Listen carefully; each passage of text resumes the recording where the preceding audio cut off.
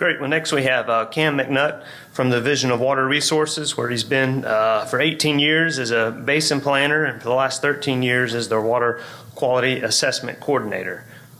Thanks, Cam. My voice is a little bit froggy, so I will stand close to the microphone. There we go. Got it up there. One of the problems that we've had in the past in water resources planning is identifying where the water quality problems are coming from. And what instigated this application we had, number one, we had the technology to do it, but also our previous database that identified sources of water quality problems that had no rules, it had no domain values, no one knew anything about it, and we had a potential list to choose from of over 1,000 different things. That's not very useful when you're trying to get to what a water quality problem may be or where it's coming from. The other problem we had with it is that it was put at a scale, you guys aren't necessarily water people, but it was at a Huck 8 scale, roughly the size of about 6 or 7 counties. Also too big for you to actually tackle that problem. So the idea just recently we started working on is getting more detailed and down to the actual dot of where water quality problems are coming from. Now what I'm going to go through here very quickly is a part of the training manual that I have available for this tool if someone were to want to use this. So I'm not going to go over all the stuff in here because it's like 60 slides, but I have like 6. So you can relax. I'm not going to go through it all. It's a bunch of water quality jargon, but it is pretty trainable as far as getting people to be able to use it pretty quickly. The main purpose of this tool was to get down to the water body and find out what's going on in the water body itself and not so much look at land cover or land use necessarily. Just because you see agriculture field somewhere doesn't mean that that runoff from that field is getting to a stream. So we really tried to focus on the water body itself. And increasingly we're using this information to make more detailed restoration and protection plans. And it's a zoom in world now, so you got to be able to zoom in and see what you're looking at. As the aerial imagery gets better and better, you know, you can see cows now. It's pretty easy to see a cow, and you can see if it's in a stream or not.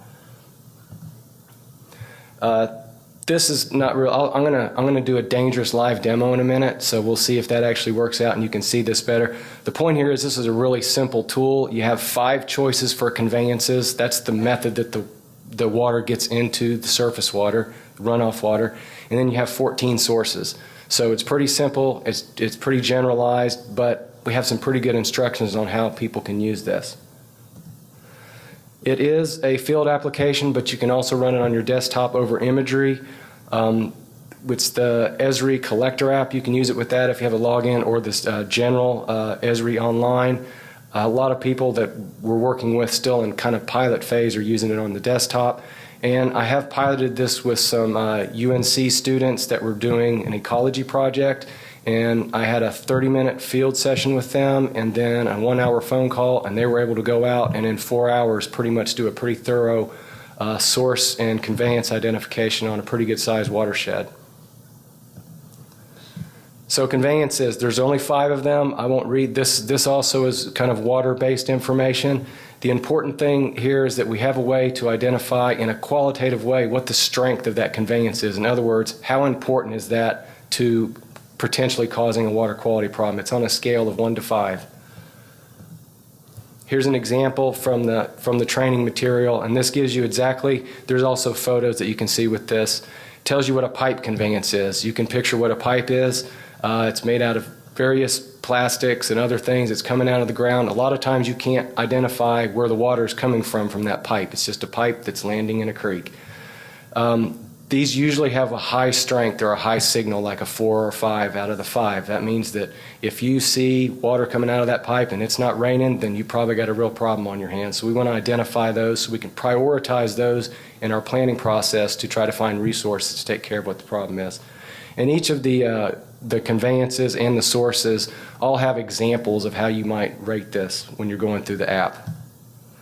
Here's one of the sources, field agriculture. I have an example here of what the strength would be if you have best management practices, if they are not in place. In other words, if you have things going on in the ground to keep potential farm products from getting into the creek, then that gets to be a very high strength, a potential problem. If the farming operation has a lot of pollution control measures in place, then that gets a very weak signal.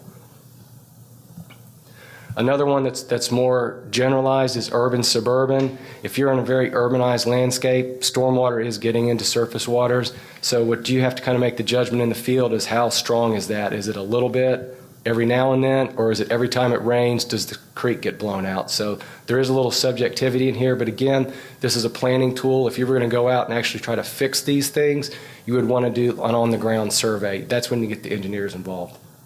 We want something that we can use pretty quickly to get a really good idea about what's going on in these drainage areas.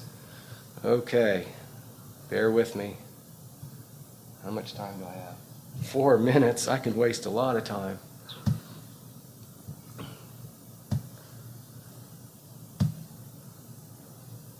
All right, this is the sample area that, oh, it's not? How do I get, oh, I got to turn the slideshow off, don't I?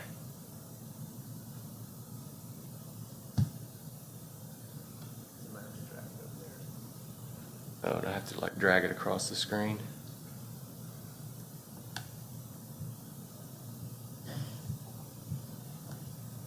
There you go. It's going. This is one of these things that the new PowerPoint does that I'm not impressed with.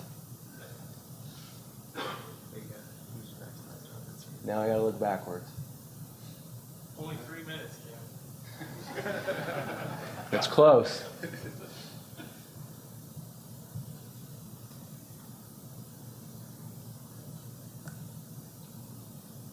Okay, so there's an example of some of the information they collected, and part of the reason I did the testing with college students is they have no issues with using cell phones for doing things. Their biggest concern was, how much data is this going to burn before I go out and spend a day doing work for you, dude? That was pretty much it.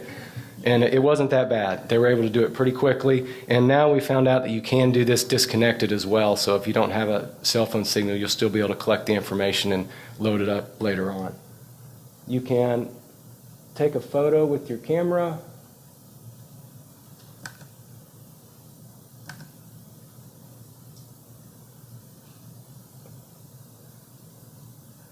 Not sure what that is, but oh, there we go. There's a gully. That was a good example of a gully.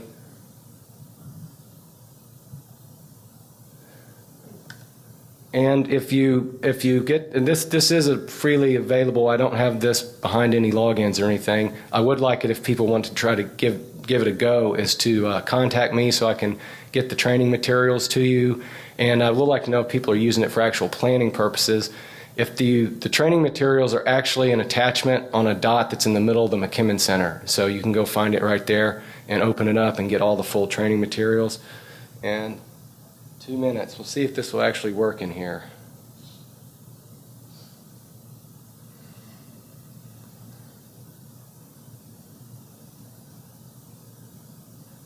So I'm actually using this on my phone right now. And the flow is pretty dry in here. Rain, when did it rain? Like a couple days ago. So it gives you an idea about when the most recent rain was. So you get an idea about whether this is something that's potential ongoing pollution source or whether this is only associated with rainfall. I think it rained like 3 days ago. Now for each conveyance, you can also identify a source for that conveyance. So if you say you have a pipe and you know it's from a parking lot, you can associate the parking lot with that pipe as well, and that gives you a better signal strength. And the strength, again, is a little bit subjective. I do have it set up so that if you're doing it on the desktop, which you're looking over imagery, you don't assign a signal strength that's greater than 2. So that tells you you're looking at imagery. When you're in the field, you can assign a signal strength that's a lot higher than that. I also have on here the method of collection, whether you were in the field or whether you were collecting on the desktop, and then also a collected by. And there's our dot. Set and done.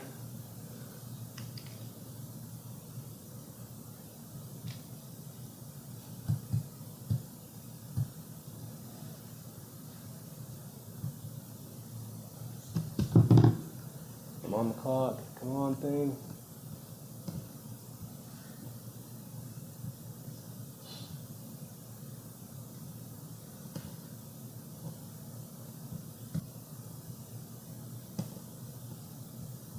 I may have to show you later. Where are we? Like right here? Oh, that's it? Yeah, that's it. So it loads up pretty quickly, especially if you have a good cell phone tower. I didn't put a picture on it because that takes a little bit longer. And you can load pretty much any attachment you want. And I have used this little application called Annotate, where you take a picture and then you can draw all over it and put arrows where things are flowing, and then you can load that up as well. It's a little more instructive. It is made for the non-professional with just a little bit of training, and I think that's all the time I have. Thanks you very much. You guys need